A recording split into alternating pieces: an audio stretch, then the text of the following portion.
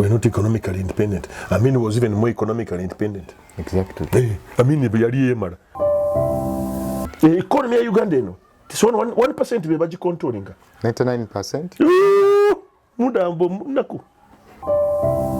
Wewala okulumwa ensiri nga tonnaba kwebaka mu katimbako ng'okozesa Ropa Free Mosquito Oil Repellent ojja kumusanga mu pharmacies nga Friaka ewandegeya, Spring ne Kamukea ku Wilson Road ne Mega Supermarkets opposite Old Tax Park ne Garden City. Okumanya ebisingawo ita ku noti 772 421 235 ne noti 7 noti 2 421 235 oba ku www.ropafree.com. Oli muteekateeka zikola hijja oba umura, olina ebintu by'ogula okuva ebweru w'eggwanga oba oyagala kubitwala, weekwate. Taufiki Hijja Umrah Travel Agency Limited bakola ku by'okufuna visa, air tickets, okubuukinga hotel mu nsi yonna gy'oyagala, okugoba ku passport oba driving permit. Basangibwa Jinja ku Iganga Road opposite Bank of Baroda. Ate mu Kampala bali ku Batia House. Oba bakubire ku 0703 632 853. All right. You are talking about how privatization made BCU lose the customers. So I was asking a question. BCU, the directors, they told me for them they work for the farmers. If they work for the farmers, why do now farmers run away from something which is for them to someone who is looking for the profit? Those are the private companies.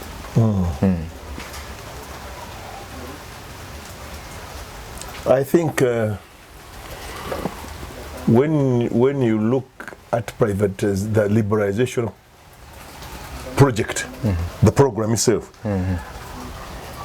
it has adversely affected the strength of BCU. In which way? In marketing and relying on its own membership. Those are the farmers. The farmers are the primary asset of BCU. That's the base of BCU. Now,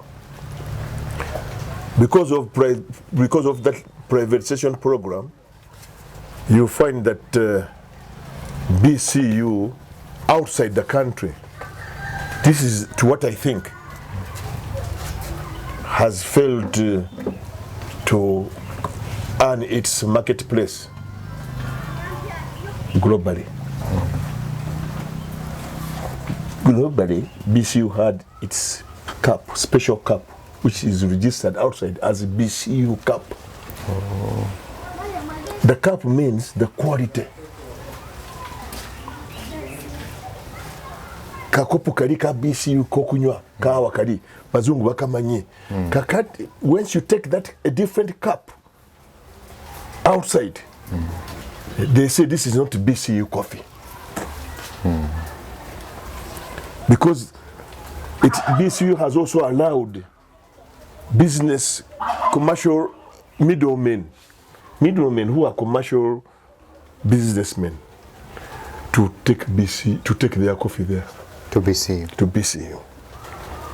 Coffee, the coffee of businessmen is contaminated because they are called kayoras. Coffee that the businessmen take into BCU, that they supply to BCU, is called kayora. And kayora, you know what it means? Kayora means oyora buyozi. You don't care about the quality. Dry it.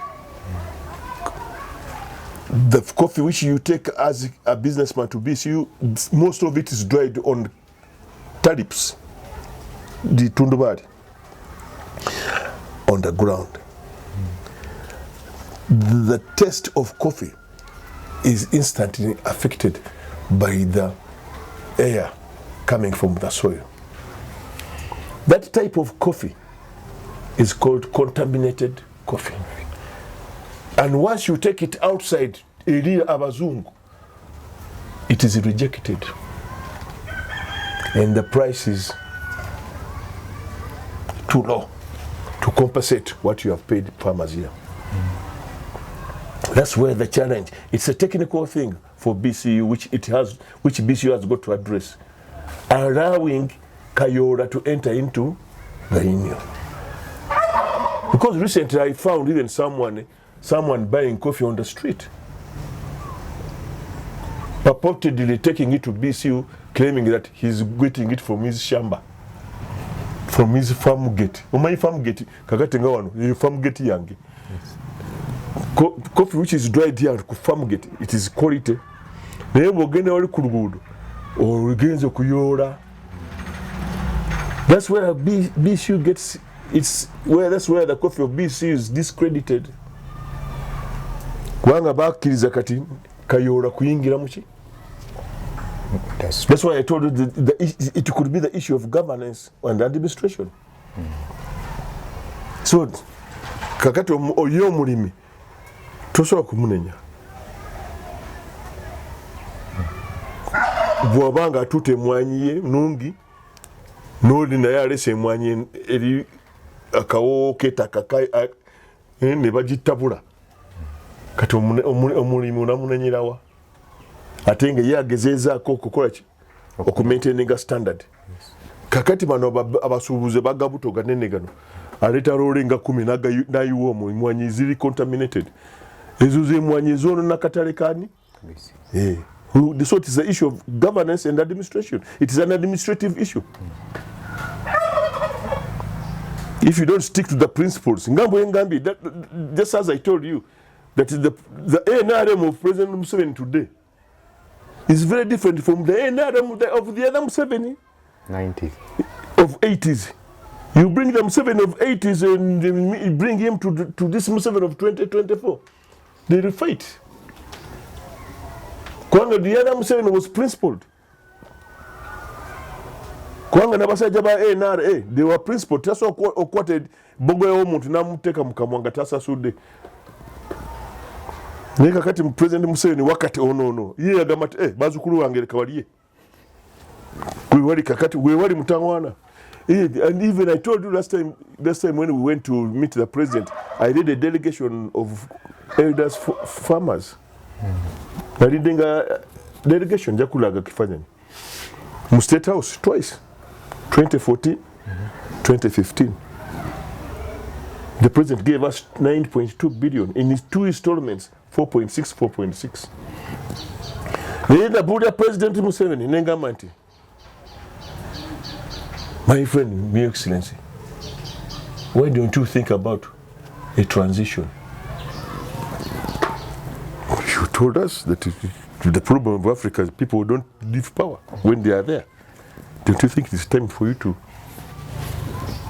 You're joking. You're joking with fire. I said, I'm not joking with fire. I know that you are fire.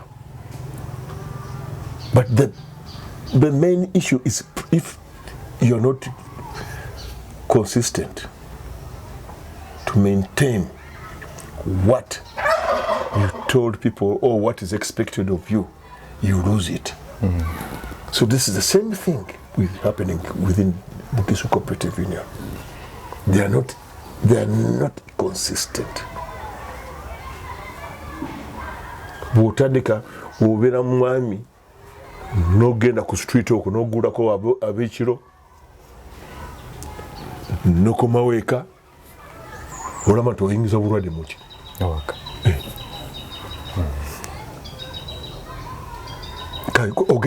ogenze mu Kayola wali ku Naboa n'ositula Kayola n'otwale mu Kaloogi wali n'ova mu Kaloogi n'ovuga n'okomawo eka ng'obulwadde buyingira muki era tewali njawulo n'emwanyi gyenkubuulira eno emwanyi eno gy'oyoola ku street egenda ku contaminatinga emwanyi nungi eri muki ennungi ebadde ey'omulimi omulungi. So I think that's what has disappointed. It has not disappointed but frustrated omulimi mulungi obutatwala emwanyi kati wa good kubanga ebeeyi otabuudde Kayola n'emwanyi yandibadde mu mutwalo gumu mu 15 azi omulimi nga bwasuubidde n'ogula n'emwanyi yakayoola mutwalo gumu mu 1000. Otegeeza ngamba kubanga emwanyi nungi ne kayoola tebifaanana bbeeyi. Ono anaziza emwanyi ye bulungi, the process has been clean, eri ku standard. N'ono ali kuwanikira mwanyi mu ttaka ku tundubaale obasasula ebbeeyi tosobola basasula anti kati basasula ebbeeyi emu kubanga ozitabudde. Otabudde emwanyi nungi zino ziwunya ttaka. They're getting the same thing. Kakati ono agamba mbonabona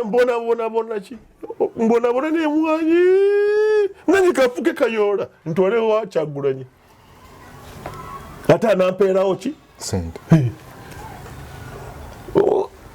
Obitegeeze ngamba mbonabona n'emwanyi ono ayanikidde mu ttaka bwe tutuuka eri ffenna bannakuwa bbeeyi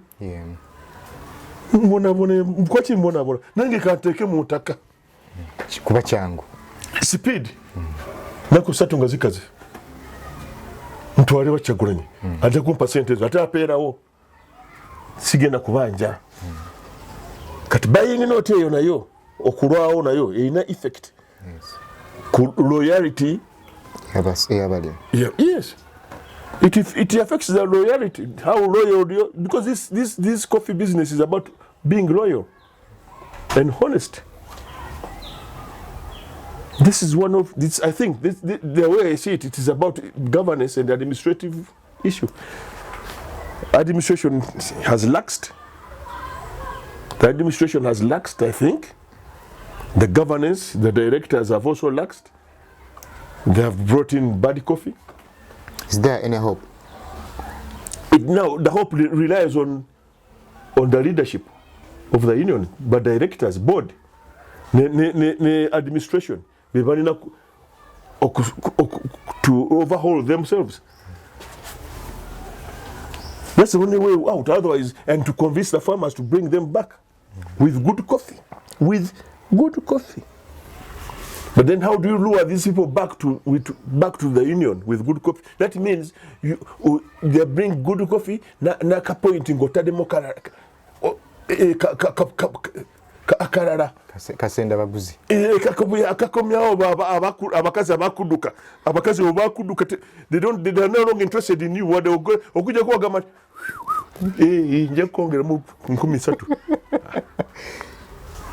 Bakomawo ne bafumbiro. Yes. Niyo ngogamba nti alo nje kugulira gomasi ya Christmas agamba nti kwenda obanga nina gomasi mundu gulonja ngulire gomasi n'engato n'enyama ya taata oba n'enkoko omukazi akomawo. Naye bwogamba nti gomasi agamba nti gomasi nina. Kakati the role of BCU is to see how do you do back our members. Tubakomyawo tutya balina kwongeramu ka point kubanga mulimi ono abonaabona nnyo kuteereza ekirime kino. Okay, there was a workshop for the elders. You're no longer part of them? Yeah, for me, I'm no longer part of them. Okay. Waliwo abantu balala be balonda abada mu bigere byaffe. But you an elder, you have to be a member. Board yasalawo nti there were times, there was a time I told you it's the same thing like the political side when they said these are disgruntled members of NRM, they have formed the reform agenda, they have formed the FDC, these are just disgruntled. So it is the same thing. Even the elders, even in the union, when you remain a principled person, your ideas are always very bitter. Some people cannot swallow them. You know what I'm saying? Ngawe nagamba omukulu nagamba ati why Sebo, think about a transition, eh? The same thing in the BCU. The same thing BCU. It's the same thing. What was the response? People cannot swallow bitter pills. But baziwandula. You know, naturally people abasenga bonge tebatera kuzimira. Yes. Ziwandula kuwanduli. So it happened even this side. Yeah, because when you try to tell somebody nadala fe badugavu, people don't want truth. It's part of our culture. Yes. Somebody can say to you ono agenda kusula chairman. Mr. President, oyo pole Mugoya muigendeze teyande tutakuwa ona bamaje.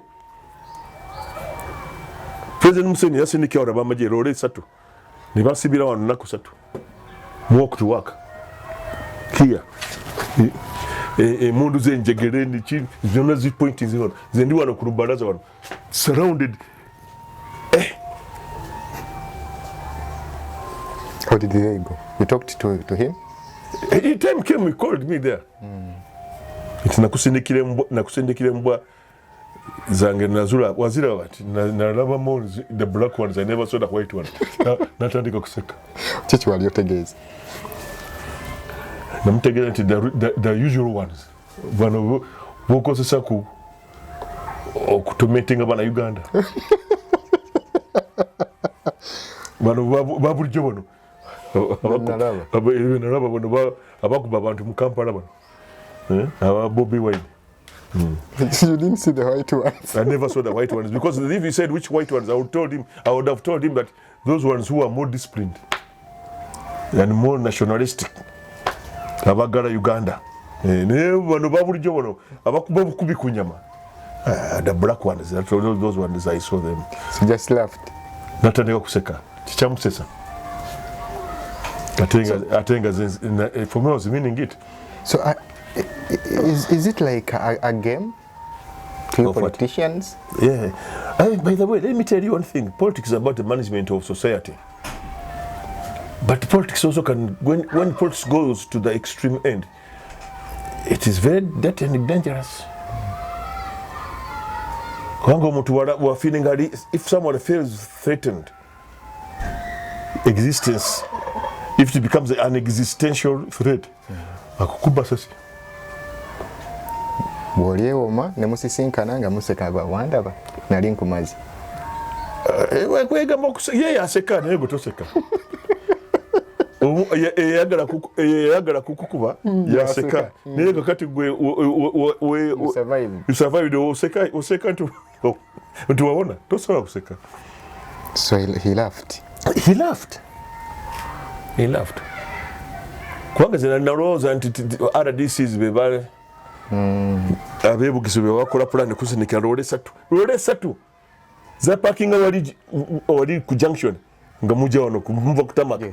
Baparking awo kati buluntu ayitawo kiki ekiri eyo nti abalumbye chairman wa FDC bamuliko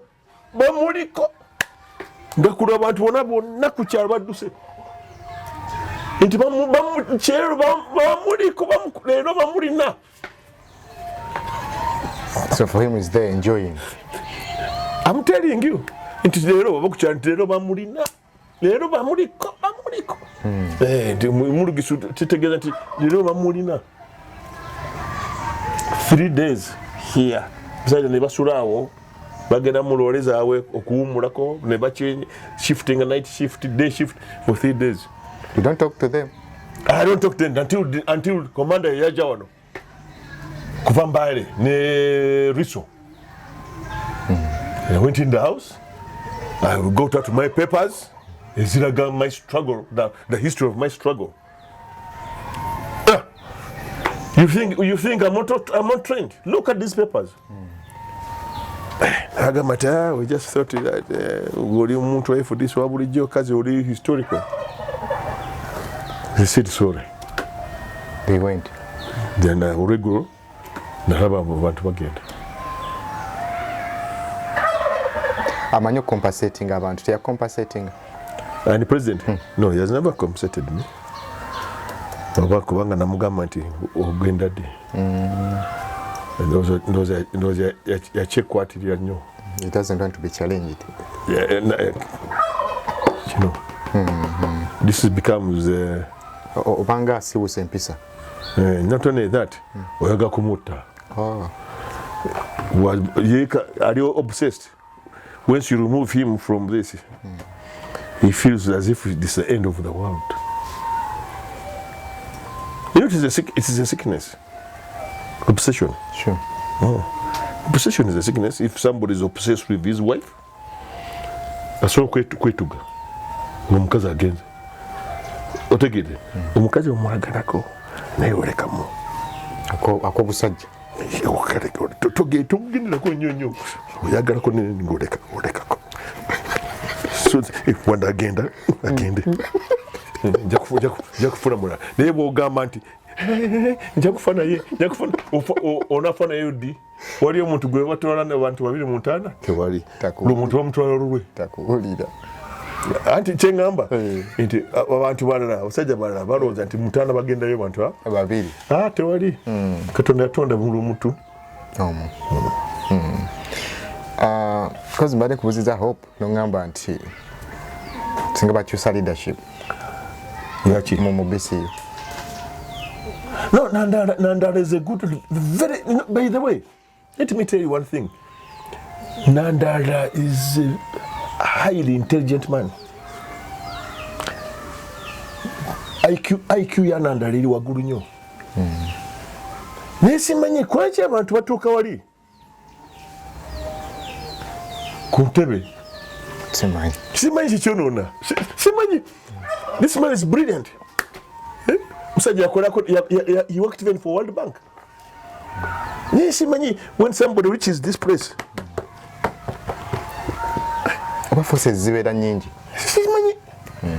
Because when you look at even the President Museveni, very intelligent omusajja ayiiya. Ayitira wano, bamukumidde wali abayitiddemu. Naye oba kiki ekyatuuka ku muzeeyi waffe. Natuka no point kati natuka no he has reached a point where even Bob Wine is challenging Museveni. Bob Wine is not the cleverest man in Uganda. Wali abasajja bali mu Uganda mu they are quiet. Bamutawana. They basima mu because of fear. People like Bobby Wine because he's a brave man. Omuntu yena ayimira ku Museveni abeera musajja. Atiisa nnyo. Museveni muyekera nkubuliddewo ekintu ky'omuyeka okitegeera? Kitegeere. Oli muyekera akusibulira wano otuuka oli bakukubye motoka yonna eweddewo n'abo abali mu motoka nga baweddewo.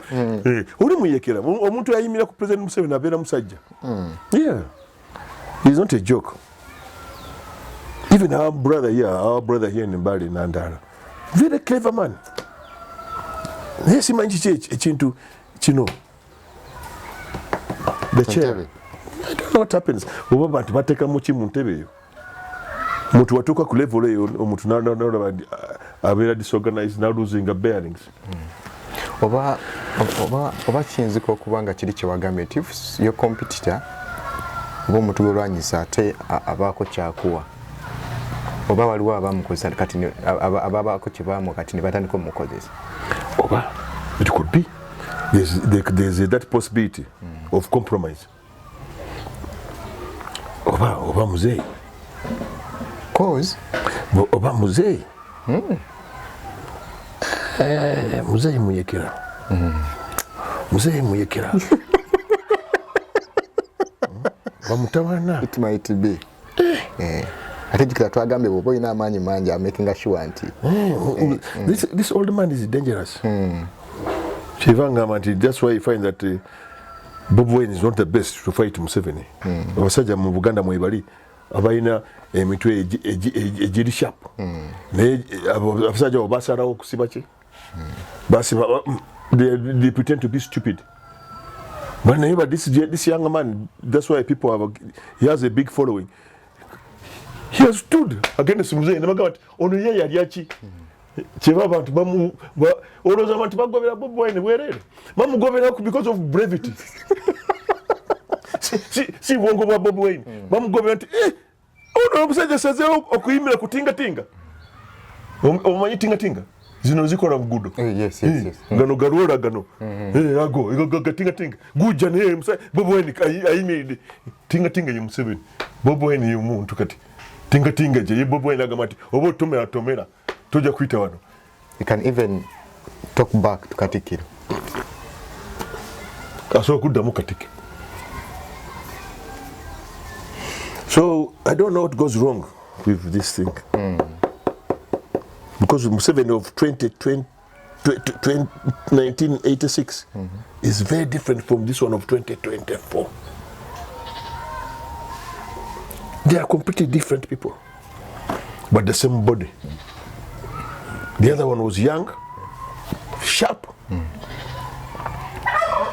This one is old, not listening, doesn't want to listen to people. They abasinga mwete mwogera temuli. I know Mr. President kubuleko kintu.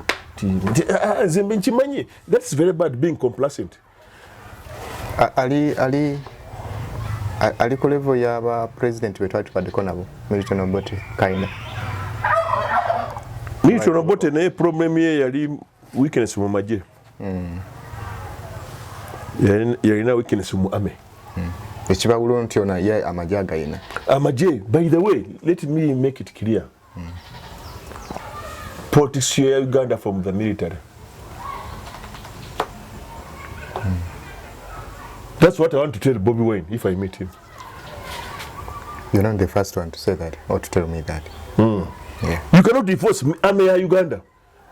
Abantu kati tulina muno mu Uganda tulina Museveni, the army on one side. Nafe kati. Abantu. If you want to be a president, you know kumango ina maji. If you want to be president, you have to have the influence of Vano.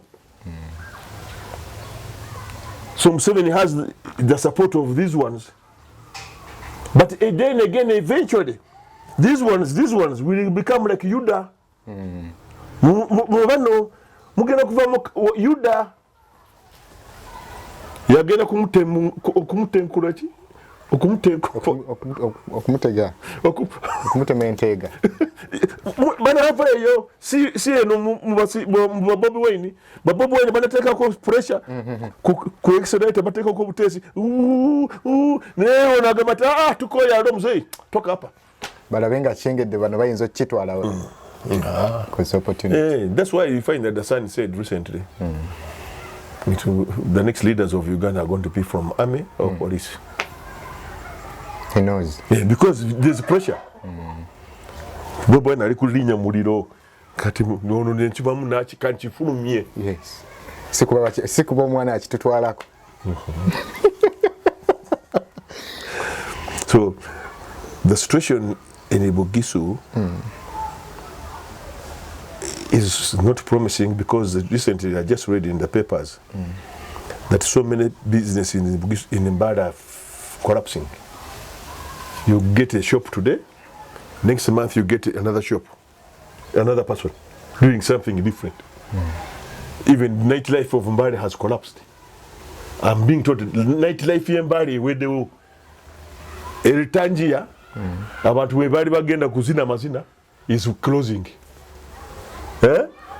Obubala obuli mu town obubade buli popular buli kugalawo. That means the economy of Bugisu is not performing. What's the problem? Economy is collapsing Everywhere? No, I'm talking so this against Uganda. Bugisu. One of Bugisu economy is collapsing because there's something wrong with the coffee. Because coffee is the cash crop. So if the economy in Bugisu is becoming weaker, even to be collapsing, oguleo kintu kikuleme. Abantu tewali abayingiramu kukikozesa. That means the economy is not working well. But even the leaders, they actually ba mind that Ngaluri. Bagwamu. Why? Economy. Bano basajja bajja okucompeting ne BCU kakati batute sente. Bazitute. People who have come to compete with against BCU batute sente. bagula mwanyi muno sente tebazikomyawo zigenda. They are not investing kyagulanyi bandi but sente bazitwala bweru. So the government of Uganda has got to look for a way of plugging those holes of flight of, they call it flight of money. Money is flying away from Uganda. Don't you think? And it is not this paper money of ours. It is the real dollar. Dollar ekufuluma mu Uganda egenda. Muzeeyi yerabidde kuteekawo obo plugs. Sente zigenda. Abayindi bayingira ze buli end of Monday sente zigenda. India, London, ziddayo. Bulungi. Okute bulungi. On T-Caesar. On T-Caesar. Sente zigenda. It's not coming back. They come here to omubisi gw'enjuki katunywemu ne enjuki egwawo. Kati nze nkole ki? Gonakala. Onakalya da osegale ng'omuti bwerere nga tekuli n'abatabi nga byonna bigwa bugwi. Nkuyegeza ndye nzigweyo. Yes, where we're heading. There must be a solution. The solution is to plug flight of money. Wabeerewo standard gamba nti omuntu wabanga ayingiza dola mitwalo 10 mu Uganda. Zayo mitwalo eki? Yes, sir. Dola mitwalo 7 zirina kusigalawa? Naye kakati Museveni yakola mistake. He has allowed people to go with what even more than they brought. That's why our currency is losing value every day. Nagenze oli nti ntemerawo nyama okiro y'embuzi. Mzee kakaga last week naguze ono nyama mutwalo gumu mu 14. Leero mzee eri ku kakaga. Era bwogenda mu katale embuzi tekyagulika. You see that type of economy. After 1 week enyama nekyuka bei. Enyama y'okukasiika busiisi mu nyumba omulye enva. That is a very bad sign. That means we might even in Christmas buy enyama ku mitwalo eki. Oba ku mwaka mupya we might buy a kilo of meat. Ate musala gw'abantu tegukyuka. That's how bad our economy is. So the solution is on that top. The average salary of Ugandan is 1 million. Olaba otya eyombo average ekyo kirungi kweli ka million kati ka Uganda kano kuliko 30% eza URA.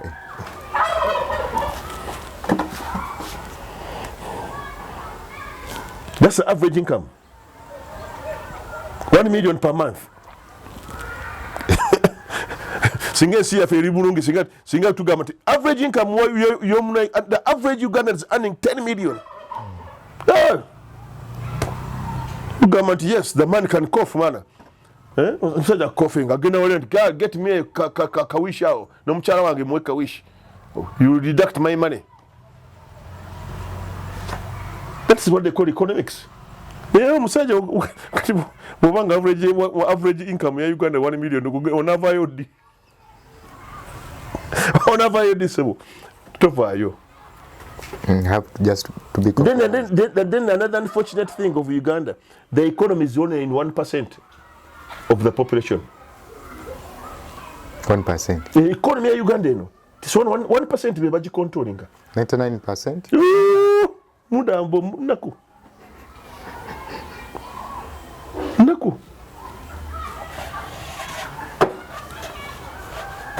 Kakati omuntu nga Bobi Wine yandigambye nti I'm going to shift the economy from 1% of Ugandans to 10. How?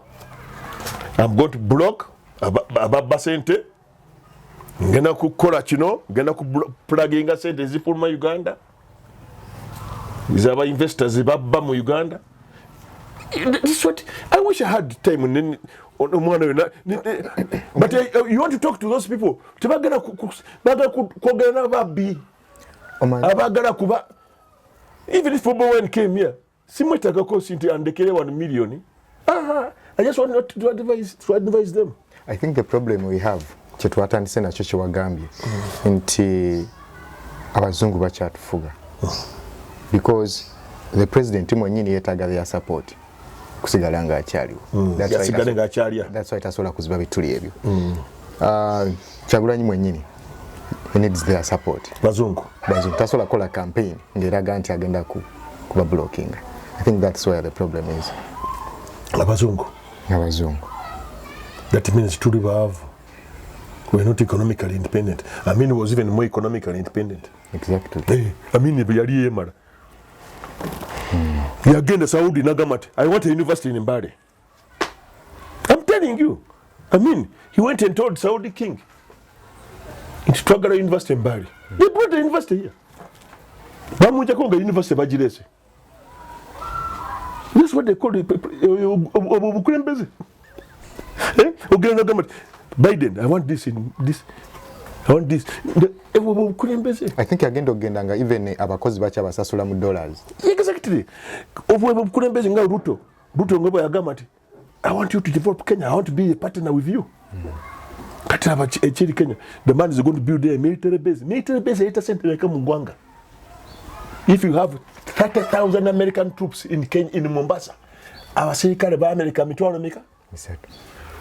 Industries ze Kenya zina musajja bafuna dola musirikale omwafuna dola mitwalo 5 omwezi. He spends $10,000 every month in Kenya. Bali bantu mitwalo 8. Kwache economy. So those are the plans. Kasitaba nga tagenda kikola ku lulwengo omuntu kubaako bye. So our president taina ba advise and government wano nakasongo na good bagita batya Kalangala. These islands on Victoria. Those are good strategic places for building military bases z'abazungu zino. Bakuletera amameri gamanye gano bachimba kula mu training yawe preparing for war. Twali bonye na kutwala abantu kubagoba ku nyanja ku nvubambi. Kiri kyali bande kibagoba ko kyokka. Tuli bubinyo. There's no planning. Imwanyi yafe yino yebugiso. I'm not going to buy. Kakati zendi chairman wa BCU. I'm not going to buy this rotten mwanyi. Mwanyi bino bili contaminated. We're not going to buy. But we're going to pay a good farmer 20,000 shillings per kilo. Good coffee. Even if you bought on a kilo rukumi zitumala to supply our people so that we maintain the market. Mutomusubize nti omwana bana amugoba nga tonaleeta mwanyi nja kuyamba. Exactly. Sasule fees olete mwanyi. Muchocho kuyola bino bibateka wali ku luguudo okutundu baali abyo. Muzungu kyanago zinavadde Bulaya. Baze nagenda yo kusoka ne mara myaka 7 n'enzira ne mara myaka 10. I know what a muzungu is. Muzungu wants consistency. Tagala ko bino. Ero muzungu obango yanga kumulimba. Just be consistent mu interview. Anda kwa visa. Niye botaneka kugamba agamate ngabuusabuusa agamate ono utwali wadda ono twali wagenda talina kyagenda kutugatako. So gentlemen, Mr. Lubega, yes, what is killing us in Africa? We are not consistent. Our independence has been marred and contradicted by deception. We are not having honest engagements. Obulimba bwokka lero yogera kino enkyokola kino kyekise Africa. People think about pockets, but they forget the service delivery. This is the problem of Africa. You do the service delivery like Kagame musajja mugezi akola service delivery naye amanyi waliira.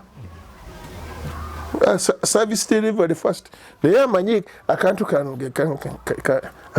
akasigaddeko naye nga abantu bali bulungi mu madwaliro abantu yes naye bano basobola kulya service delivery yenyini bagiteeka muka. Ebagira tena bakutuka jiraga. Omutwana muge Uganda. Mr. Pole. Jala kwebaza. Tegedde bingi okuva gyoli. Okuva kugwa omuyekera. Nzine muyekera. Sina sirika. Sikyakola buyekera. Nasirika. Nabireka. Wasirika. Ndowooza buli muntu yeetaaga okukola ebintu byakolanga mu ngeri nga yakiyekera. We tutuuse wano. Ebintu tubikole nga bayekera. Waliwo otagenda, waliwo ogenda.